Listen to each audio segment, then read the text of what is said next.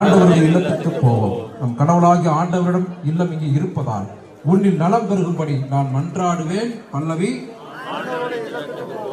அன்பார்ந்தவர்களே, இதோ இந்த புனித நாளில் நம்முடைய ஊரை சுற்றி சப்பரங்கள் இப்போது பவனி வரப்போகிறது. கடவுள் தாமே இந்த சப்பரங்கள் அமர்ந்துள்ள புனிதர்கள் வழியாக எல்லையற்ற ஆசிரை நமக்கு பொழிய வேண்டும் என்று நாம் ஜெபிப்போம். புனித மாதா செபஸ்தியார் சப்பரங்களை ஆசீர்வதித்து புனிதப்படுத்து.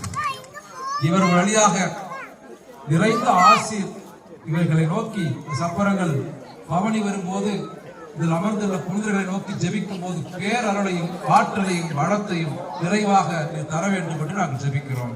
இப்புனிதர்கள் வழியாக எல்லையற்ற ஆசீரும் சிறந்து விளங்கவும், திருமண காரியங்கள் நடக்கவும், கடன் தீரவும், நல்ல காரியங்கள் தொழில் முயற்சிகள் வெற்றி பெறவும், வியாபாரம் சிறக்கவும் நீதாமை இவர்கள் வழியாக எல்லை இல்லாத ஆசிரியை பெறுகிறார்கள்.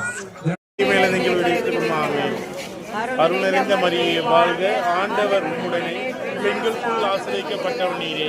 உடைய திருவெற்றின் கனியாகிய இயேசு ஆசிரியக்கப்பட்டவரே. புனித மரியே, இறைவனின் தாயே, பாவிலா இருக்கிற எங்களுக்காக இப்பொழுது எங்கள் இறப்பின் வேலையிலும் வேண்டிக் கொள்ளுமாம்.